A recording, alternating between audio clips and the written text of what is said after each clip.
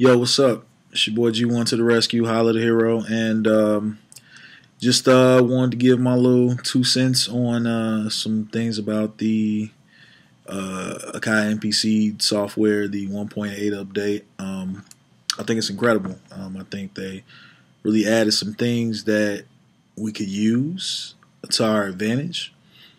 One of the things, like I told you, one of the personal features that I was very excited about was the cue chopping feature, which is great. Like I mentioned in my last video, I chop like that in Logic to where I play the song, whatever piece of the song that I want in there, and then I hit my command T, which slices on Logic. But in this you have the little slice plus sign button in the far right corner of the the sample edit screen. If you have a MPC Renaissance or an MPC Studio, you should probably know exactly what I'm talking about if you're on 1.8.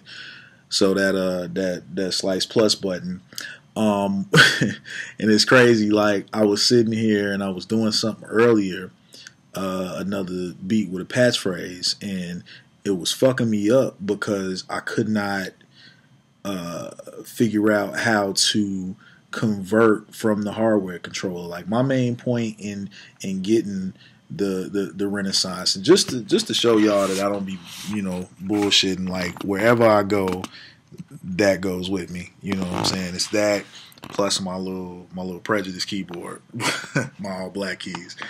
But anyway, long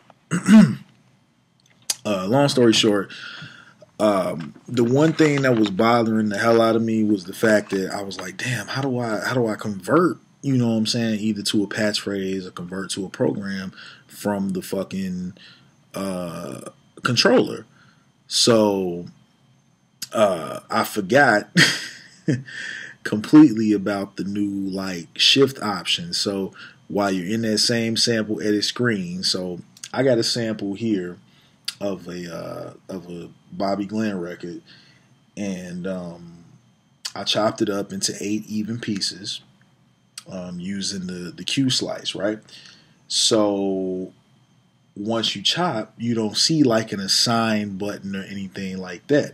What you have to do, for those of you that have been wrecking your brain about this same shit and kind of had the default from doing it from the software, what you do, you hold the shift button. Now the shift button brings you a whole new set of options. You got snap, process, convert, clear all, and there's also a slice minus button. So the slices that you do not want, you can actually delete those. If you want to, you can delete the whole shit and start all over.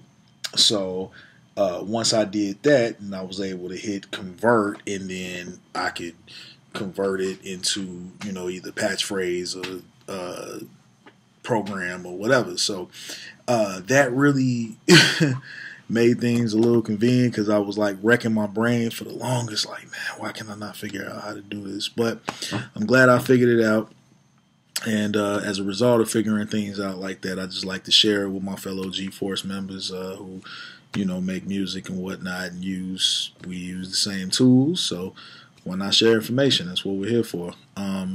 Anyway, but yeah, 1.8 is dope. And I had to give Akai much props. I know, Native Instruments did it first, whatever, but I don't have Machine. I have an MPC Renaissance, and I really like the chord feature. The chord function is like everything. It's so cool, because like I've really gotten inspired just by moving through notes and chord progressions, just from starting from here on the MP, working with a chord, and then filling in the chord with some extra notes using my keyboard controller. So it's just been a really, really, really great experience working with that, and that's the great. It's awesome. It's so cool. I love it. Also, another thing that I really like, and I think this is another great feature of 1.8, something I just did. I wanted to edit one sound from my programs for a beat I was doing. So I remember seeing this in the video to where you could take a pad from the current program that's highlighted. If you click and drag that onto one of the cue links on your screen, now that cue link is mapped to that pad. So you can tune it, you can do whatever you can assign that cue link to do for that one pad alone. That feature really came in handy for me, especially like, you know, if you're doing like, let's say, for example, trap beats, and you know how we like to, we like to pitch up and down our 808 snares and what have you. You can, you know, click that pad, maybe they got that snare on it, drag it to an empty cue link, and then you get the options. And then of course you can record your cue link stuff in real time as you're making your beats. So that's really cool. And it's a bunch of other features, but that's the shit that really like got me going like this. It really feels like a big solid piece of production equipment, you know, similar to a real MPC, but just on steroids. You got I haven't had a chance to try out the looper yet. I'm actually investing into a good microphone just so I could do some reference recordings at the crib for reference purposes. But as soon as I do that, then I'll probably have a official review using the looping function. But I have seen it in action, and I'm like really impressed and really excited, and would love to really dig into it. But anyway, what I have been able to dive into so far with MPC 1.8 has been amazing. Shouts out to the guys at Akai Professional. They really did an outstanding job on this. It really inspires creative souls like me to do some creative shit. And for those of you out there with an MPC studio or an MPC. Oh, and one more thing I do want to confirm, that yes, you MPC studio users do now have vintage mode as a insert effect. You can either put it on the whole track, or you can put it on individual tracks or individual pads. Something else I thought was cool, you can sample through an effect. Now in your sample record screen, there's a button that says effects in your F keys. So you hit effects. It'll probably show up on top of F4. So you hit F4 where it says effects, and you can apply up to 4 insert effects that you can either sample through, or that you could record audio directly through using the looper. So I've actually been this last little sample that I chopped, I actually recorded through the SP1200 effect.